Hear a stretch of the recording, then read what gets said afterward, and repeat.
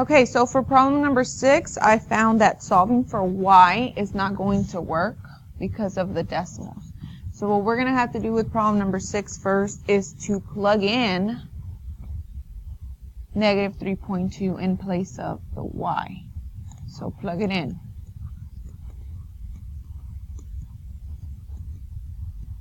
And in order to do that, you can use parentheses. So I have 4x equals 5 parentheses minus 17.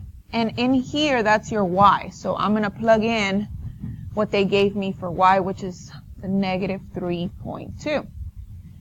Okay, and then I'm going to solve for x and see what x needs to be so that it can give me that number. On the calculator, go ahead and multiply these two.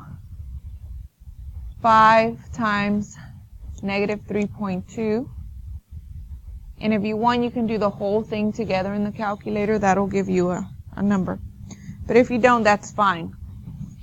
5 times negative 3.2 is negative 16. Bring down the minus 17 equals 4x. Combine like terms right here. In the calculator, put negative 16 minus 17. What does it give you? Negative 33. And that's because we combined these two. Negative 16 minus 17 is negative 33. Okay, bring down the 4x. And the last step is to divide by 4 because I want the x by itself. So divide both sides by 4. That gives you x equals. Put this in the calculator. Do math in no, don't do math in earner. Put this in the calculator and see what it gives you. That's going to be your answer. Do not do math in earner. Okay?